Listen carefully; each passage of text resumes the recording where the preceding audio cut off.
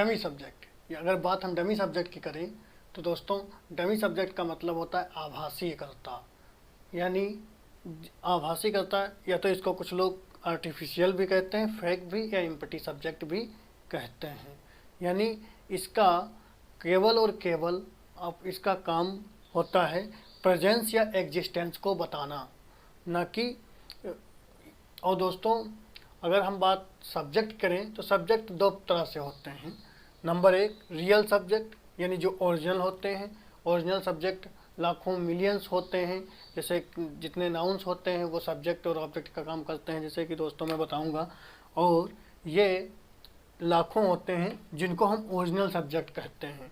और dummy subject का मतलब बताता है जो फेक होते हैं, मतलब जो जिनका कोई मतलब नहीं होता है, केवल वो सब्जेक्ट को एक बेस यानी एक स्ट्रक्चर देने के लिए इनका प्रयोग किया जाता है। जैसे कि किसी भी सेंटेंस को लिखने के लिए उसका subject plus verb plus object होता है, इसी तरह ये भी एक सब्जेक्ट के रूप में आकर के एक सेंटेंस को मेंटेन करता है। और दोस्तों अगर बात हम डमी सब्जेक्ट की करें तो डमी सब्जेक्ट दो तरह से होते हैं, इट एवं देयर। और दोस्तों इसमें एक चीज़ समझ लेना कि इट हम कभी भी सब्जेक्ट के रूप में नहीं आता है, क्योंकि यह केवल डमी मतलब आभास कराने के लिए आता है, ना कि कभी सब्जेक्ट के। क्योंकि इट जो होता है यह प्रोनाउन होता है, ये प्रोनाउन होता है, और देयर होता है ये एडवर्ब ऑफ प्लेस होता है।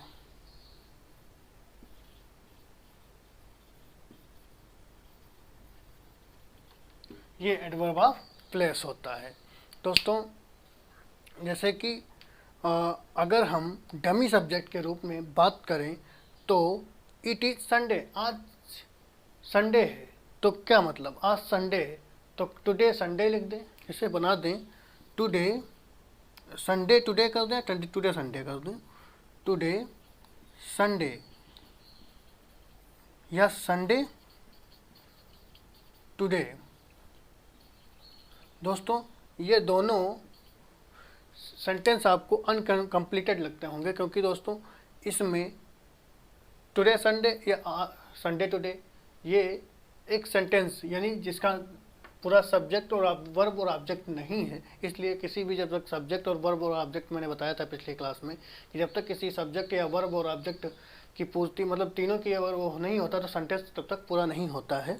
तो दोस्तों जब तक हम सेंटेंस की में सब्जेक्ट और वर्ब और ऑब्जेक्ट नहीं लेंगे तब तक वो वाक्य पूरा नहीं होता है। इसलिए ये इट जो होता है ये आभासी रूप में आ करके, जिसका कोई मतलब नहीं होता है, और ये आभासी रूप में आ करके इस सेंटेंस को एक रूप देता है।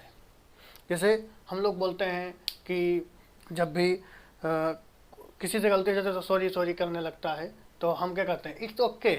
तो मतलब ओके ठीक है, ठीक है तो हम ओके भी बोल सकते हैं, लेकिन हम बोलते क्या हैं, it's okay, it's okay.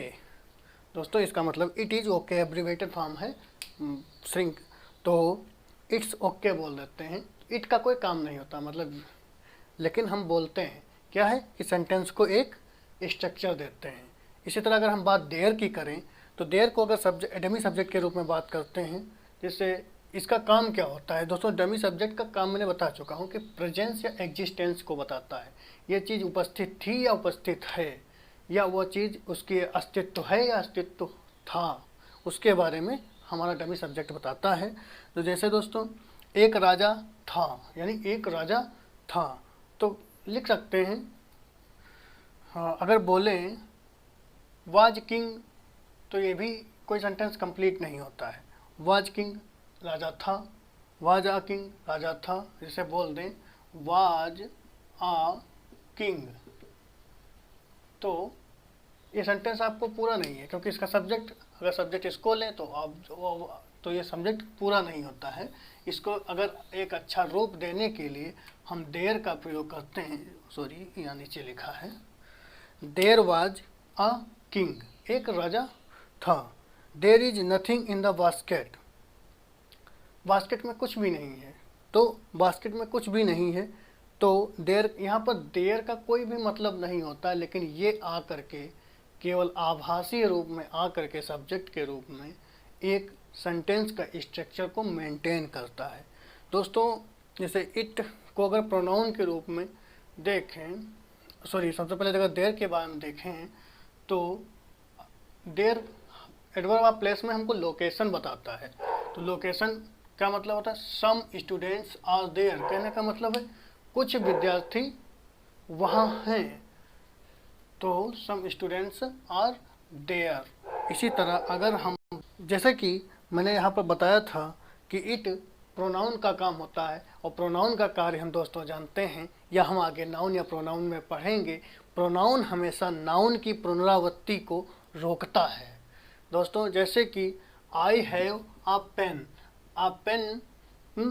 It is blue, तो जो क्या बोलता है यहाँ पर, आई हैव अ पेन, मेरे पास एक पेन है, इट इज ब्लू, यह एक नीला है।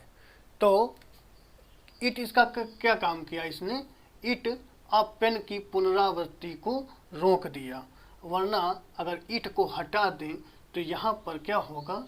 अ पेन इज ब्लू। इसलिए इसकी पुनरावृत्ति को रोकने का काम क्या करता है? प्रोनाउन।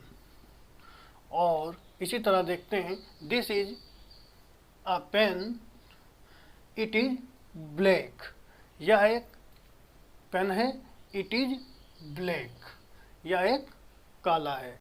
हेलो दोस्तों, मैं आपका दोस्त, आपका मेंटर वीके सर। दोस्तों यूट्यूब चैनल के इस प्लेटफॉर्म पर आप सभी का स्वागत है। दोस्तों जैसा कि मैंने पिछली वीडियो में बात की थी जीरेंड और इन्फिनेटिव की, जब कोई भी क्रिया जब वो सब्जेक्ट के रूप में कार्य करना शुरू कर देती है, तो हमने बताया था पिछली वीडियो में कि या तो वो जीरेंड से बनती है या वो इन्फिनेटिव बनती है। दोस्तों इसी के साथ में आज आप लोगों को आगे पढ़ाने वाले हैं डमी सब्जेक्ट के बारे में। डमी का मतलब होता है आभासी। दोस्तों आभासीय कर्ता कौन से होते हैं, आज हम बात उन पर करने वाले हैं। और दोस्तों इसी के साथ एक छोटी सी रिक्वेस्ट ज़रूर करना चाहूँगा, जो अभी तक चैनल को सब्सक्राइब नहीं किए हैं प्लीज़ सब्सक्राइब कर लें और बेल आइकन को प्रेस करना ना भूलें, जिससे आने वाला हर कंटेंट की आपकी नोटिफिकेशन आपके मोबाइल पर मिलती रहे। और दोस्तों इसी के साथ में अपनी इस क्लास की शुरुआत करते हैं। दोस्तों जैसे कि मेरा आज टॉपिक है डमी सब्जेक्ट। दोस्तों डमी सब्जेक्ट होता क्या है कि डमी सब्जेक्ट का जैसे अगर बात करें तो जब किसी वाक्य में सब्जेक्ट का भाव स्पष्ट नहीं होता है, गौर से सुनिएगा दोस्तों, जब किसी वाक्य में सब्जेक्ट का भाव स्पष्ट नहीं होता है, ऐसी स्थिति में होने वाला सब्जेक्ट डमी सब्जेक्ट कहलाता है। जिसे इट एवं देयर को हम डमी सब्जेक्ट कहते हैं। इट एवं देयर को हम डमी सब्जेक्ट कहते हैं। दोस्तों अगर इट के अगर बात करें तो इट का प्रयोग छोटे छोटे जीव जंतु, कीड़े मकोड़े, समय, मौसम, दिन, दिनांक, महीना, वर्ष इत्यादि सभी के लिए होता है। दोस्तों जैसे कि इट का प्रयोग हमने जान लिया है कि छोटे छोटे जीव जंतु, कीड़े मकोड़े, समय और मौसम, दिन, दिनांक, महीना और वर्ष इत्यादि सभी के लिए हम इट का प्रयोग करते हैं। दोस्तों इसी में एक बात नोट करने वाली है, इट के पश्चात क्रिया यानी वर्ब हमेशा सिंगुलर नंबर में प्रयोग की जाती है। जैसे दोस्तों अगर इसका एग्जाम्पल की बात करें तो इट इज अ बॉयज।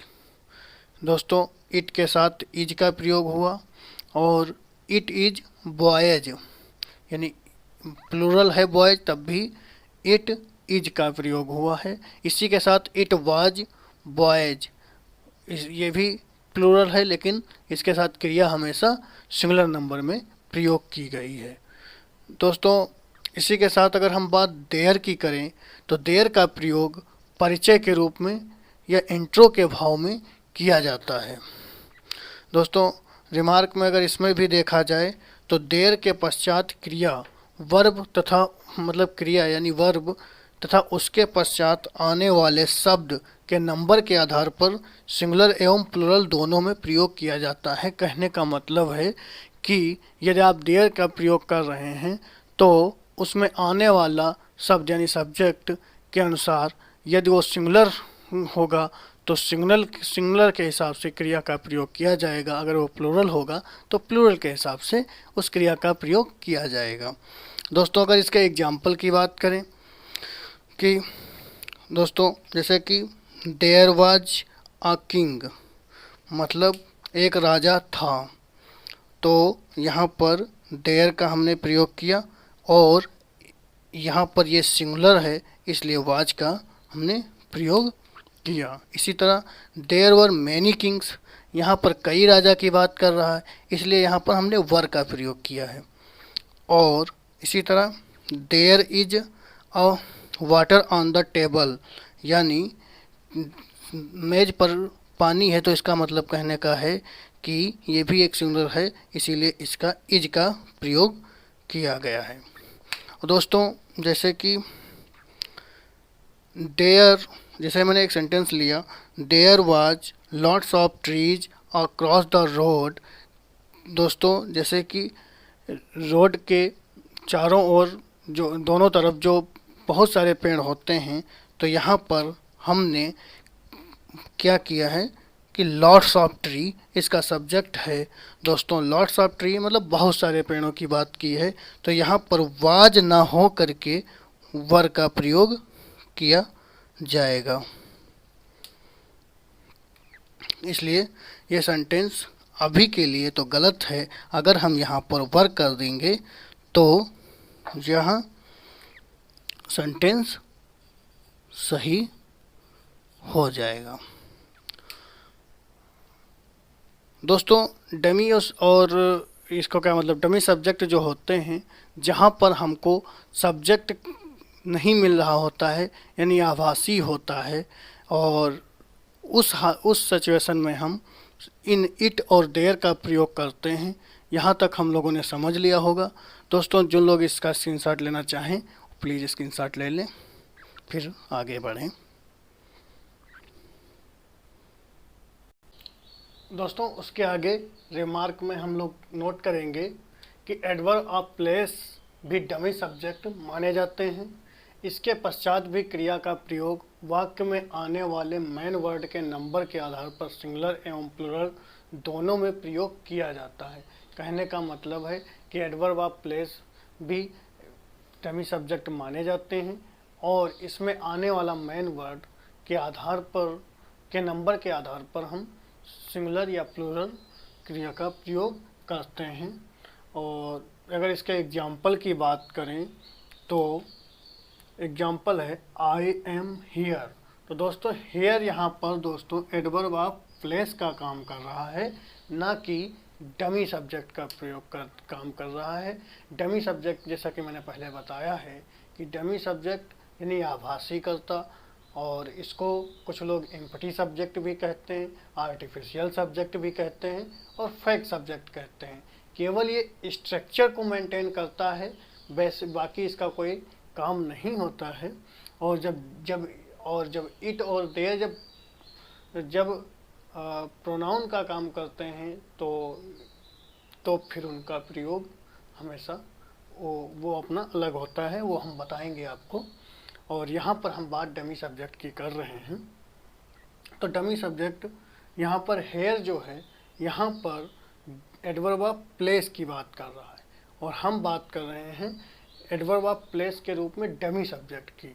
तो दोस्त डमी सब्जेक्ट के में बात अगर लेंगे तो हेयर आई एम यानी डमी सब्जेक्ट हमेशा हम वो किसी चीज़ की प्रेजेंस के या एग्जिस्टेंस के बारे में बात करता है। तो जैसे इसका का मतलब है मैं यहाँ हूँ, और ये इसका मतलब हो जाता है कि मैं हूँ, ये एग्जिस्टेंस को दिखाता है। और इसी तरह हेयर इज सी का भी एग्जाम्पल है। और हेयर ऑल द चिल्ड्रेन मतलब सारे बच्चे हैं, ये भी क्या बच्चों की प्रेजेंस के बारे में बताता है। वो उसकी सी की प्रेजेंस के बारे में बताता है, ये आई की प्रेजेंस के बारे में बताता है। और ये एडवर्ब ऑफ प्लेस का काम कर रहा है, ना कि डमी सब्जेक्ट के रूप में काम कर रहा है। जैसे दोस्तों something is here special for you, तो अगर डमी सब्जेक्ट की बात करते हैं तो डमी सब्जेक्ट में ये गलत हो जाता है और ये सही हो जाता है, ये सारे सही रहते हैं क्योंकि इनमें सारा डमी सब्जेक्ट है।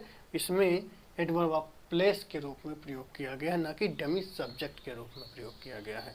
और something is here special for you, तो दोस्तों कुछ है यहाँ तुम्हारे लिए, तो यहाँ पर ये हेयर का प्रयोग सब्जेक्ट के रूप में नहीं किया गया है। अगर सब्जेक्ट के रूप में प्रयोग करें तो here is something special for you, ये करेक्ट आपका डमी सब्जेक्ट बनता है। और in the north of India is a large series of mountain like Himalaya. दोस्तों जब बात हम अभी बताए हैं ना कि मेन वर्ड के नंबर के आधार पर सिंगुलर एवं प्लूरल दोनों में प्रयोग किया जाता है। अगर हम क्रिया की बात करें तो इसमें in the north of India subject नहीं है, इसलिए हम इज का प्रयोग नहीं करेंगे क्योंकि इसमें a large series of mountains ये आपका सब्जेक्ट है। और जब हम लार्ज सीरीज ऑफ माउंटेन्स की बात करते हैं तो ये प्लूरल है, तो यहाँ पर इज ना हो करके यहाँ पर आर का प्रयोग होगा। जैसा कि दोस्तों हम लोगों ने समझ लिया होगा, और जो लोग दोस्तों इसका स्क्रीनशॉट लेना चाहें वो लोग ले लीजिएगा। 1 2 3, उम्मीद है कि आप सभी लोग स्क्रीनशॉट ले लिए होंगे। और दोस्तों इसी के साथ मैं अपनी इस क्लास को यहीं पर विराम देता हूं। जो लोगों को इस मतलब जो अगर क्लास ये अच्छी लगी हो तो प्लीज़ इस वीडियो को लाइक और शेयर ज़रूर करिएगा, और जो अभी तक सब्सक्राइब नहीं किए हैं तो प्लीज़ सब्सक्राइब भी कर लीजिएगा। Thanks for watching this video.